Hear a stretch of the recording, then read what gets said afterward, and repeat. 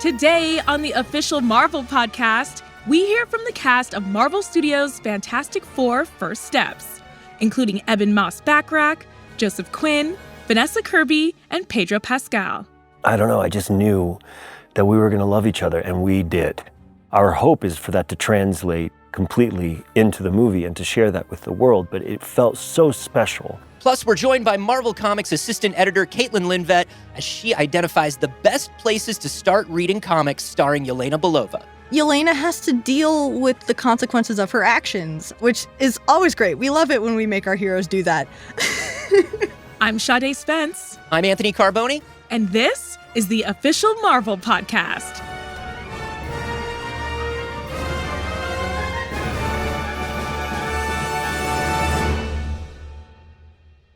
This weekend not only sees the release of Marvel Studios' Fantastic Four First Steps, which, can I just say, I am unbelievably excited for, but also Marvel will be out in full force over at San Diego Comic-Con, so if you happen to be there, be sure to swing by our booth and say hi. Yes, absolutely.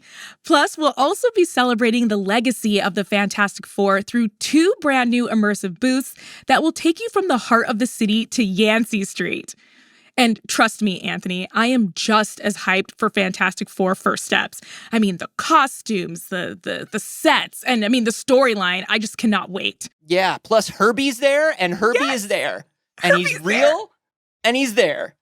And speaking of the Fantastic Four First Steps, we got a chance to hear from Herbie's co-stars, including Pedro Pascal, Vanessa Kirby, Ebon Moss-Bachrach, and Joseph Quinn. And from the sound of it, these four truly became a family on set.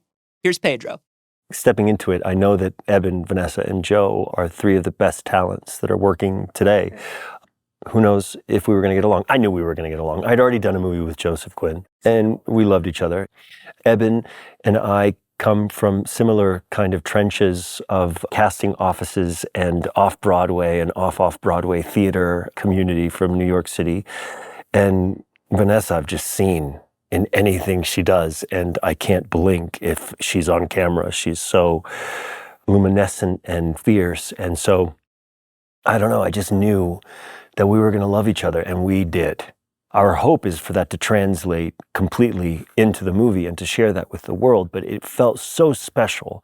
And this familial bond that the cast shares is just one of the many reasons why Pedro says that it's the perfect time to finally bring the Fantastic Four into the MCU. That invites us to put all of our love and care into it. And you sort of realize that it's the only way to do it, to give your whole self to it as one would to your own family. And I love what that represents. I love the idea of a family unit that extends itself for the betterment of humankind, that everyone can look up to. It doesn't make them perfect by any means. They're totally flawed human beings who strive to be better and protectors of the world. And I think that it's really, really exciting to be a part of a version where Kevin Feige has so much love for it and so much care. That said, this version of the Fantastic Four is set to take place in an alternate universe. So unlike the New York City that we're used to seeing, Fantastic Four First Steps will feature a retro-futuristic New York City set in the 1960s. One of the biggest strengths about the movie is its sort of spirit and commitment to its original life form, I think. And that's an energy in and of itself. They had to dial me back because once I had permission to be 1960s and mid-Atlantic and everything, like, oh, you couldn't stop me, because it was just so fun to step into an era that felt so familiar and yet so otherworldly, so nostalgic and futuristic at the same time. And then there was just so much care that was put into what the movie looks like. And I think that that aesthetic really informed a rich way of realizing these characters and realizing this family together. Pedro Pascal is set to play Reed Richards, a.k.a. Mr. Fantastic. He's known for being the brains and the leader of the Fantastic Four, as well as his stretching abilities. I just loved the kind of metaphor for overextending himself on behalf of what he thinks is right anyway. So I think sometimes he can get too in his head or decide already what is right without having stopped and listened and observed to know what's right, But it's that, and I think it's very considered. I wouldn't have minded any version of him stretching around. I loved the domesticity of it, and of course, the sort of select way that he uses his powers to fight and to protect. And when it came to suiting up for the first time, Pedro was pretty impressed. I loved the way that we looked. I loved the way we looked in the suits, and the fact that they were comfortable, the shock that our superhero suits were actually really, really nice to spend the day in was, not to be believed. And Alex Byrne, our incredible costume designer, who is sensationally collaborative and open to feedback from an actor and what their perspective is on the character and everything like that. She's incredible. But the suits had to be the suits. And the way that she described like detailed texture, the reason that they had white around the collar and mine wasn't, but it was sort of like a different sort of shading and a different pattern, all of this like very detail-oriented costume design. Way more even so with the civilian clothes that the characters are in, which was just as thoughtfully curated. But yeah, those suits were a blessing. Pedro also mentioned that his character spends a lot of time, maybe more than any other member of the Fantastic Four, working with the adorable Herbie. I love Herbie. Herbie's mine. I made Herbie. Created by Reed Richards, Herbie is the Fantastic Four's robotic assistant, and despite being a puppet, Pedro says that he enjoyed working alongside Herbie's puppeteer, Jack Parker. Herbie was a wonderful scene partner because of Jack. When we didn't have Jack, it felt like such a loss in the scene for me, truly. And physically, what he had to do, my laboratory felt as long as a football field. And I'm just going back and forth, and poor Herbie's like following me around, puppeteered by Jack, and reacting and basically in dialogue with me in all these scenes. I had like a great scene partner in Jack, and I credit him completely for that. Now, while Pedro does enjoy his robotic scene partner, there's one other co-star that he credits with bringing the truth of the characters to life, Vanessa Kirby. Vanessa was a leader for me in terms of how we were going to approach these characters and how we were going to do it together. She really stepped forward first to meet me and to kind of invite me into a process of getting to know one another and getting to play the characters.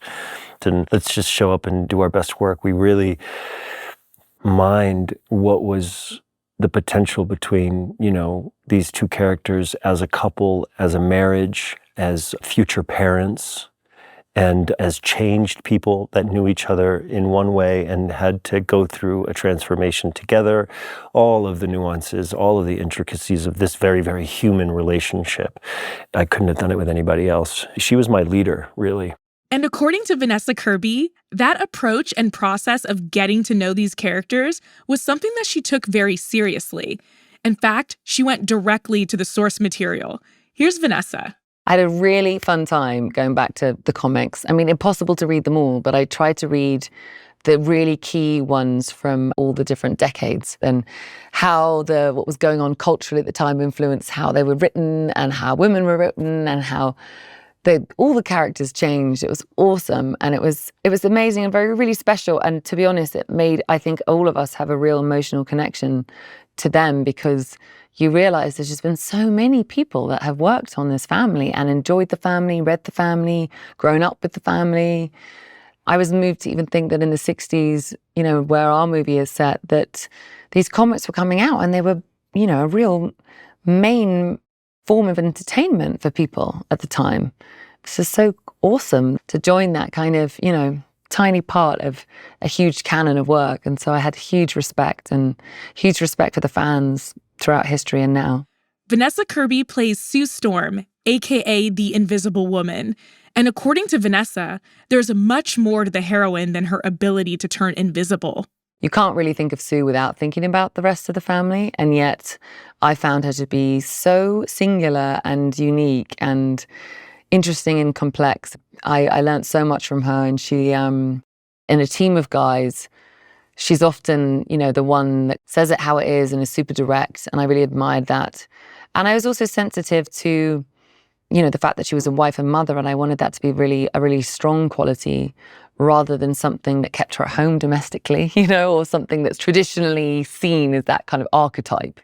So it was taking that archetype and trying to fuse it with this idea of retro future, which was, okay, so we have Sue is both of that time, and also very much of a future in which there's technology like flying cars. So that felt like a real opportunity to try and establish an essence of these characters who had both those things, you know, who felt like they didn't not belong in that period, but also that they were somehow more radical. Fantastic Four First Steps also features incredible sets and production design led by Kazra Farahani.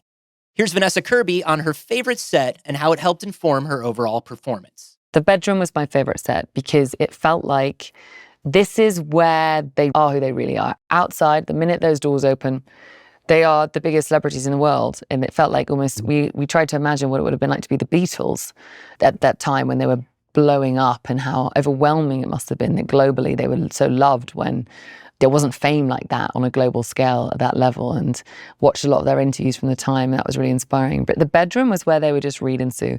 And the practical sets didn't stop there. Here's Vanessa on her experience setting foot on the Times Square set for the first time. I mean, unbelievable. And also because it was retro future, it wasn't like they were recreating New York, Times Square exactly as it was. They had to create it, but then make it a different universe and make it also futuristic with these amazing kind of bubble cars that they designed that were all being driven around during the middle of the scene. I mean, it was so incredible.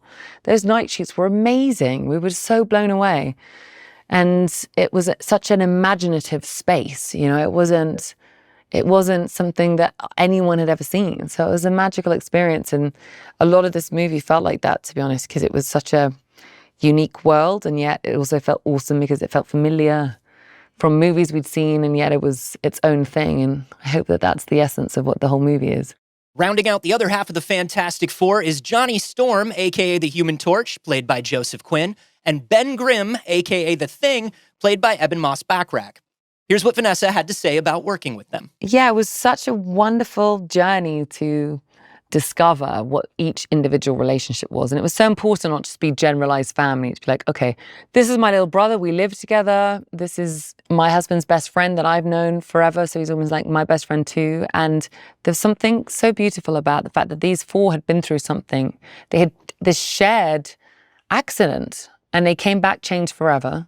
And only each of them understood what that was like. And yet each of them had very individual powers to contend with. And we talked a lot before we started filming about how existentially difficult that would be and how each of them came to terms with it or didn't. And I found that it was a real key insight into Sue. And Johnny and Ben have dealt with it in different ways. Johnny is still not quite fully grown up. And so that was fun because I got to be big sister to him and kind of, you know, sometimes tease him and sometimes be dry with him and sometimes get fed up with him. And Joe played him with so much dynamism and energy. And, you know, he was like a golden retriever. And then, which we need in the movie, you know, because Reed and Sue are much kind of straighter and having to be responsible.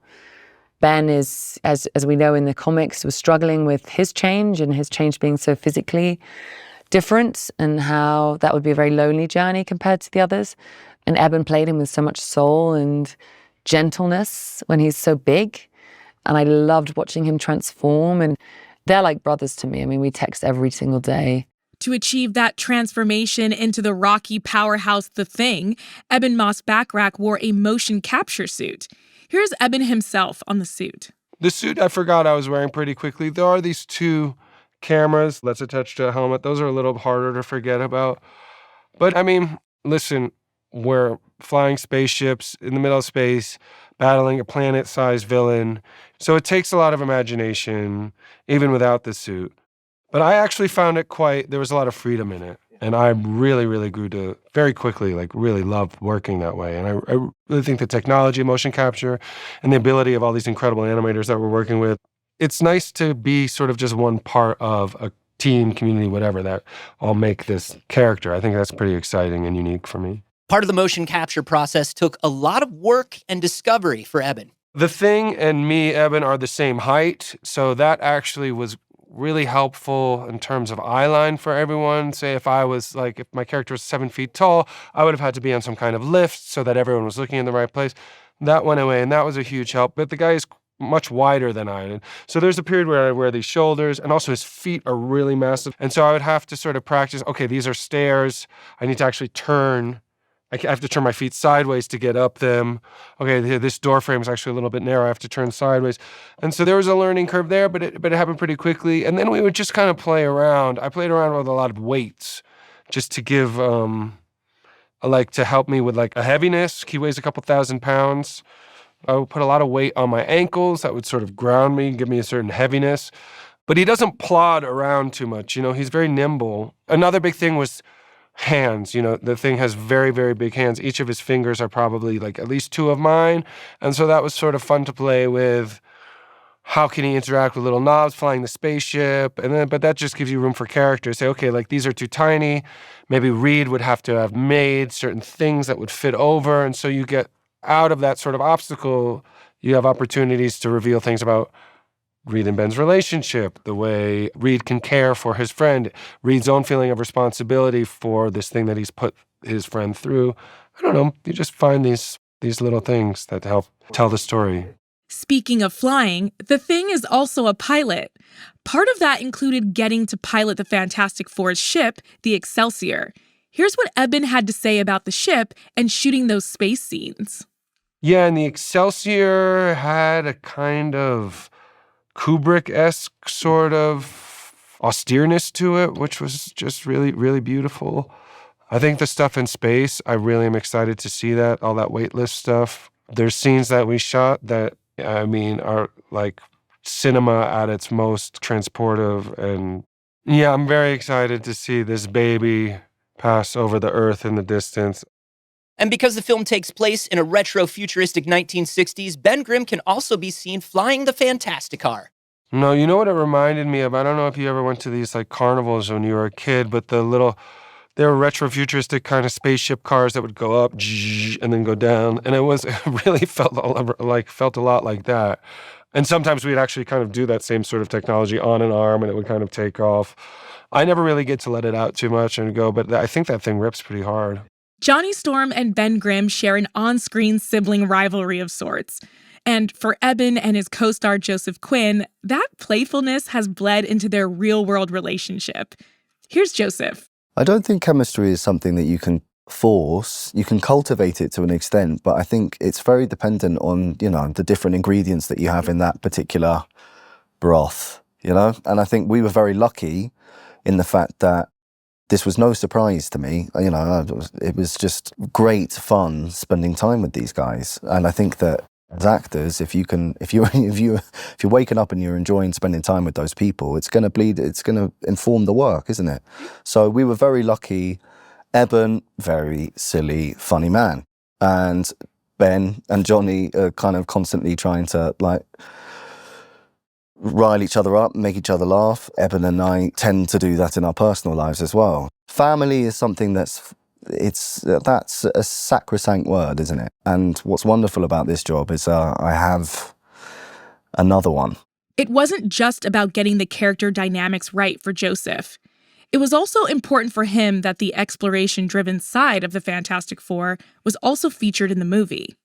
I think it was important for the space launch to feel adventurous and for it to feel new. And whilst, we know these characters or other characters in the MCU and how space travel it's a novel thing. People are doing it all the time. I think it was really important for this film for it to feel like it was ambitious and it was transcendent, and reaching space was an exciting prospect and progressive for that planet.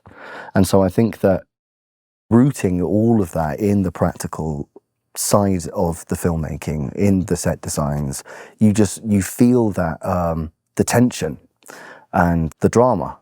While we've heard from the core four so far, there's still the other side of the coin when it comes to the cast of the Fantastic Four First Steps, the antagonists of this film, Galactus and his herald, the Silver Surfer. Here's Julia Garner on what drew her to her role. So I play the Silver Surfer, and it was just so cool that I get to say that because it's such a cool character. I think something that resonated with me is, I think it was more that I was just curious because she feels very different than me, which actually is something that that made me want to do it even more because I felt like it was a real character and it was something I've never done before. So, and it's just so cool. I mean, her costume is like amazing. And I know that sounds very cliche, but it is true. It is Marvel. It is visual. And the Silver Surfer is just such an iconic character. For Julia, her role as the Silver Surfer featured something quite unique to her character, a surfboard. Here's how she incorporated the prop into her performance. I think the board definitely becomes an extension of the character. I think the board is like almost like the equivalency of like a person walking or a person's posture. And you can tell a lot of somebody's mood on how they're walking or how their posture is or this. Like you can tell a lot. It depends on the mood for the surfer, like how she is in a way, how she's surfing. So she can enter a scene, and if she's kind of more slap, maybe she's a little more upset. Or when she's going to give them a message, she's a little more stoic in a way, and she's very calm. I think that's a very important thing that she is. She is very calm. So the surfing stance has a lot to do with what her mood is. Like some of her other co-stars, her role also required working in a motion capture suit in order to produce the Silver Surfer's metallic sheen. It's funny, it's my first time in mocap, so like the first day it was like a little weird, but it's kind of nice not having to like you could just be in the same costume every day. You don't have to do like hair or makeup, which is really nice, but it's a different type of acting. Everything gets picked up, so it's almost like theater in that sense, in a way. So you always have to be on, because even if you're off camera, you're never really off camera because you have a camera right here. So you're never really catching it, which is not a bad thing. It always keeps you on your toes, in a way. Ralph Ineson, who plays Galactus, also did a bit of motion capture of his own. After all, despite being pretty tall himself, he's still a couple 100 feet away from the size of his cosmic counterpart. That all said, he still occasionally wore an actual physical Galactus costume. Here's what he had to say about it. The costume is absolutely amazing. There's no two ways about it. It's the most stunning looking thing. To spend a few days, to come in every week for a few weeks to have fittings and refine it. And working with departments like the costume department here, it's just a joy as an actor to come in, and it gets better and better every week. And you see the amount of people who are working on it. It's a huge project, and being the person who gets to wear it on the screen is a real privilege. It's brilliant. But it's also hard work. You know, it's physically, it's huge and very heavy to wear. But it was as comfortable as it could possibly be. It was very wearable, and I could do my job perfectly well. And also, the way I've been shot in the film, they've kind of almost shot the character as a miniature. So lots of light, but so everything can be perfectly focused. So what that also means is lots of light means lots of heat. So I had an army of everybody around me all the time, trying to keep me cool in between takes. I have my own personal air conditioning unit that they put up my back of my costume in between setups just to try and keep my body temperature down, because there was nowhere for the heat to escape. You've got gauntlets, balaclava, helmet and everything, so you're rushing around and doing physical stuff, and that I felt every year of my 54 years on those days. It was like, oh my God, but great and exhilarating stuff to do. If you're listening right now and saying to yourself, wow, this man's voice is out of this world, you're not alone. Ralph says that his voice plays a significant role in his performance as Galactus. Well, I think it had everything to do with me being chosen for the part. I mean, I'd say I have a naturally deep speaking voice, but a character like this gave me the opportunity to take it a lot deeper as well. So I'm hoping that Galactus' voice sounds like he's millions of years old and he hasn't spoken for millions of years old. I hope it sounds like there's an effort, as if things are cranking into gear again after being dormant for years. So hopefully there's a crackly roughness and tiredness to him, as well as the fact that my voice is deep. Though while Ralph understands that his voice is important for this role, he thinks the scale of his character is what's most important. I think it's all about that size and trying to get your head around that. Have, one-on-one dialogue scenes with other actors. It's a very solo way of working. But it was to try and, as much as you possibly can, imagine what it's like to be that size, to inhabit that kind of size. And so for me, it started with breath and making sort of more yogic breath so you can hear it and feel it, and trying to imagine what that would do on a huge scale. So I watched lots of tsunami videos and tornadoes and wild nature's disasters, and just to think that that's the power of his size and his lungs and what that could do, and try and concentrate on things bigger than human scale things. So trying to get my head around that, and also going to the top of really big buildings. I did that quite a lot. So it's just trying to get your head around that. And then obviously everything gets built around you, the suit and everything like that, which then starts to inform it. The weight and responsibility of playing a character so iconic to Marvel lore is not lost on Ralph. Absolutely, yeah. I'm really happy with how it's gone. It's a huge privilege, but it is kind of terrifying as well. But I was very cheered by the very generous reaction that people seem to have to my casting on social media and things. I was blown away by that. So that gave me a bit of confidence. But yeah, I've had a great time anyway. You can see Galactus and the rest of the cast when Marvel Studios' The Fantastic Four: First Steps hits theaters on July 25th. If you're like me and left Marvel Studios' Thunderbolts hungry for more Yelena Belova, our next guest has the perfect fix for that. Kaitlyn Lindtvedt is an assistant editor for Marvel Comics who currently works on comics like Amazing Spider-Man, Doom Academy, Marvel Meow, and so much more. She's also worked on a few Yelena Belova-centric titles like 2023's Thunderbolts and White Widow, the first ever solo series starring Yelena, which made her the perfect person to ask, what should I pick up if I want more Yelena Belova in my life? Take a listen.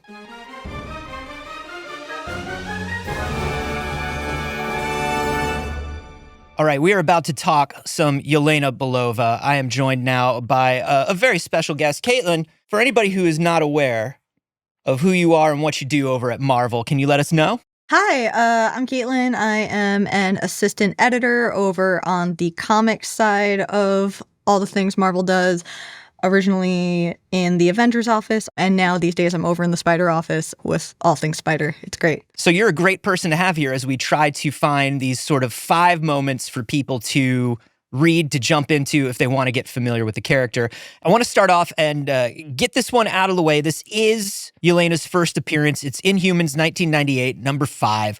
But we're not counting this as one of our 5 because she's in and out of this one real quick. Yeah, this one was written by Paul Jenkins. Art is by Jay Lee, but she goes unnamed in this issue. We don't really know who she is. When she's asked, she says she's the Black Widow, and that's sort of the only piece you get of her until 1999. That's right. Our actual first moment is the 1999 Black Widow miniseries, written by Devin Grayson, art by J.G. Jones, the creators of Yelena Belova. And this is really like a Natasha and Yelena story. Yeah, they sort of start out as antagonists a little bit. I mean, Yelena is using Natasha's name and everything. That's not gonna be a great introduction for anybody. But they do become more of a willing team up because Yelena's still a lot newer at this than Natasha, and she's got a lot that she can and should learn. She's got that vibe to her because, her whole thing is, I just got through with my Red Room training and I outscored you in everything. And she's got that chip on her shoulder of like, she's clearly been compared to Natasha her entire life. Yeah. And so she wants to show like, no, I'm better than you. And it takes a while for them to sort of come to an understanding or at least see eye to eye in this series. Yelena's got kind of the best combination of younger sibling syndrome and gifted kid syndrome when it comes to Natasha, because you're absolutely right. She works so hard to be the best at what she does. And Nat, despite not really wanting to be the Black Widow, or at least not originally wanting to be, just has this instinct to it and this sort of natural ability to it that Yelena has to work a lot harder for. One of the big things about this, the big lesson she learns over these 3 issues is don't just plan your way in, plan your way out. Natasha keeps telling her that. She's like, you have to plan your way out too, you know? Yeah. We are going to skip ahead a few years now to 2020 to Widowmakers, Red Guardian, and Yelena Belova. This is a one-shot written by Devin Grayson, who is one of the creators of Yelena, with art by Michele Bandini. And, you know, in this last Black Widow miniseries, Yelena is, I know who I am, I'm Russian, I'm doing this for Russia. And then you get into Widowmakers, and she's like, oh no, I don't really think of things like that anymore. And instead you have Red Guardian that's like, Mother Russia, let's go. I think Widowmakers is where we start really asking the question of who Yelena is rather than what Yelena does. And her relationship with Red Guardian, they should be so similar, right? There shouldn't be the room for disagreement and difference in worldview that there is between the two of them. And I think that's what makes their dynamic fun, because Yelena does get it. Yelena does understand where Red Guardian is coming from. And I think it's the first time that she really has a moment to do what Nat had done for her earlier, where it's just like, hey, like, you're almost there. Can you just take that next step? Right, because she has this thing where, you know, he's like Russia above everyone. Like, I do all of this for Russia. And her quote back to him is basically like, yeah, my loyalty is to Russian people, but Russian people understand if there's no world, there's no Russia. And the Yelena that we meet in this series is very much, she loves taking down billionaires. She hates oligarchs. And so she's like, that's the problem. Exactly. I think it is a very cool, super heroic take on the question of, if you survive a regime that did so much harm to so many civilians, how do you react to that? And Yelena's answer was kind of internalizing the message literally, right? Like, if you grow up in an environment that says it is by the people for the people, and then it doesn't do that, her reaction was, then why aren't we doing that? Like, you're lying to me, and I didn't sign up to be lied to, which is very interesting because it didn't have to turn out that way. I love the way that these characters are always placed up against what is the letter of the law and what is the spirit of the law, and what do we have to do to keep that spirit of the law going. And who are we going to make mad, and does it matter?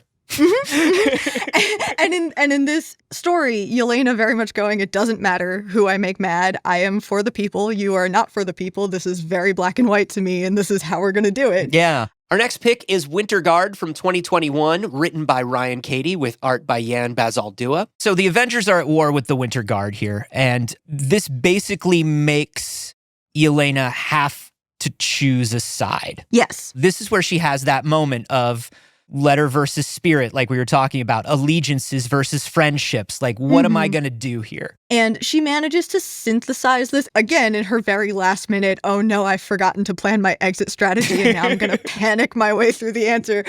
And it's the first time Yelena is really responsible for somebody in a way that's not totally set up. But this time, you know, someone who is effectively her friend and a set of people that she does have respect for in her own, like, trying very hard to be neutral kind of way, are at risk here, and she has to decide, like, who do I serve? I want to go on to this, you know, now that we sort of have this understanding of who they all are and everything. I want to talk about Black Widow from 2021, issues 6 through 10, written by Kelly Thompson, with art by Elena Casagrande and Rafael de la Torre.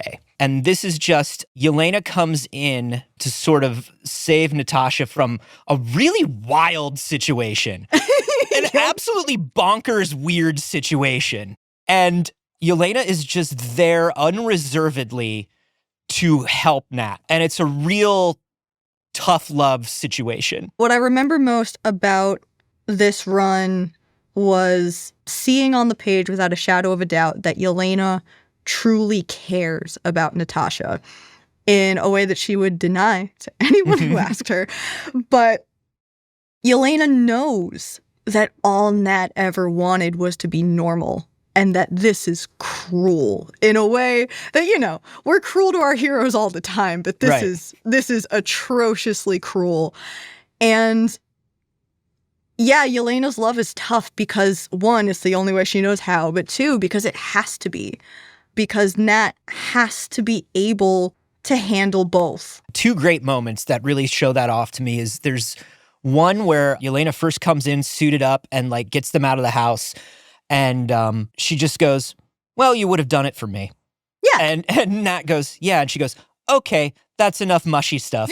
Like, and then the second one is Nat is just kind of like weeping and trying to deal with this. And Yelena's like, "Nope," and slaps Nat in the face and is like, "We are being pursued. This is the situation. I need you to be the Black Widow right now." And it's so good. Yeah, it's true sisterhood in the clearest way that we've gotten to see of them yet. Nat is a little bit better at knowing the time and place, but also there are ways to hurt Nat that you can't hurt Yelena at this point in time. So when that practicality needs to kick in, that's gonna be more Yelena's thing. Yes. And also, she has figured out at this point, I think, that the intention matters often more than the execution. Yes. Then we skip ahead a couple years here. We're at White Widow. This is 2023. This is the White Widow mini, Rise of Yelena. It's written by Sarah Gailey with art by Alessandro Miracolo, and it's Yelena's first solo series. Yeah, which we were really excited to do. This took a lot of cues from what Kelly did in her Black Widow run, but we still don't really know who Yelena is. And this entire mini is who is Yelena. And Sarah came up with this great bit where Yelena has a whiteboard or something where she's writing down her loves, likes, dislikes, hates, and neutrals. And that is a running bit throughout the entire mini as we figure out if she doesn't know who she is, who does she choose to become? And she's still very much doing her protecting the little guy against the bigger guy thing, and that comes out in full force as she realizes that Natasha and Bucky and Red Guardian maybe aren't the only people she's capable of feeling emotionally attached to. She does want community, and she wants to learn how to do that. And she has ended up in a situation where, very luckily, the people around her see that she wants that and that she means well, and they're willing to help her get there. Y'all have some good stuff in this. Like, she was helping Nat train people, and then one of the things we see is, she decided that's not for me. I'm not this person. And then a lot of the people she has to face in this are old trainees of hers. Yeah. And sort of deal with, I kind of did this. Yeah. Yelena has to deal with the consequences of her actions, which is always great. We love it when we make our heroes do that. Which is not fair to anyone. No one should have to deal with the consequences of their own actions. But if someone's going to, Yelena is the perfect person for it. Yelena is so good at being logical. So how would she react to realizing that she's the problem? And the answer is she would fix the problem. And it sounds very simple and not very mind-blowing at all when you say it like that. But up to this point, Yelena's not really had to deal. She's been in such a student or little sister or antagonist position that we know she's making choices, and we know there are consequences to those choices, and she's going to fix it to the best of her ability. Okay, now this is technically not one of our 5. We're at 5.5 here, but you wanted to sneak this one in. This is a Thunderbolts moment for Yelena. What is this about? Yes, I really did.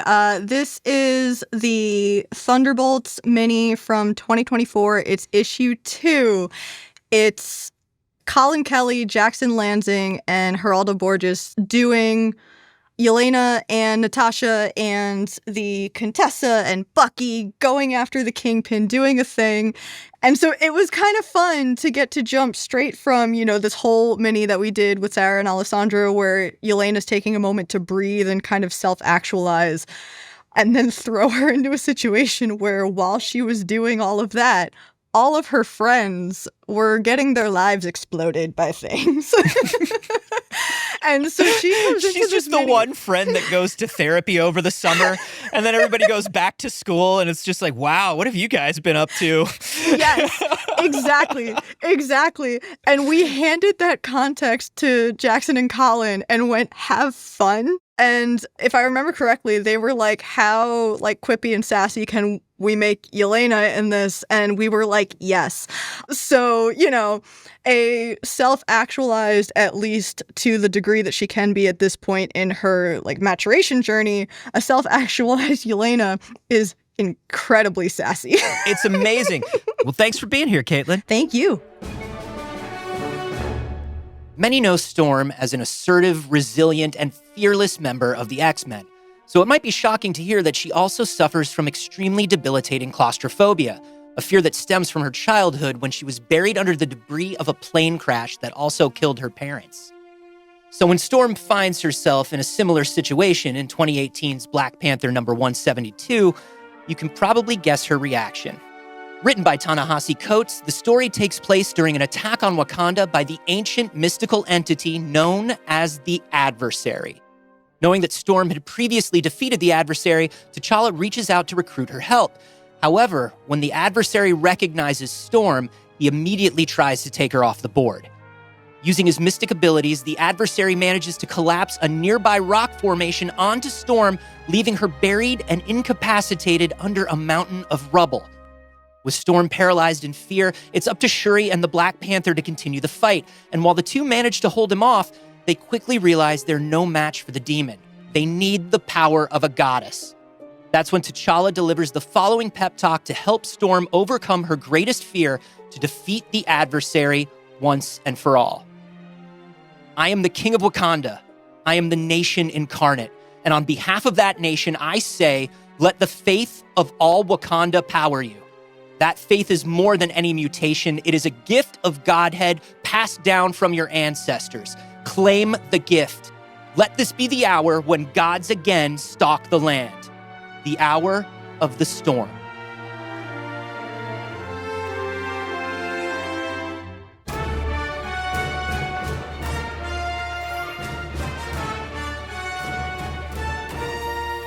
Next week on the podcast, we continue our coverage of Marvel Studios' Fantastic Four First Steps, including hearing from producer and president of Marvel Studios, Kevin Feige. There will be spectacle, there will be stakes, there will be all sorts of iconic villains that we've never seen before, but really it's these four family members and how they work with each other and how they interact with each other and how that dynamic is changed when a baby comes along. That's all for this week. Be sure to drop a comment, review, or rating, and be sure to tell a friend about us. This episode was hosted by Sade Spence and me, Anthony Carboni. Our producers are Jasmine Estrada and Anita Flores. Thanks to our Senior Manager of Audio Production and Development, Brad Barton, and Production Manager, Emily Godfrey. Mixed by Emma Munger. Theme music by Ida Akbal. Executive producers are Larissa Rosen and Jesse Berger. As always, thanks for listening. We'll see you next week.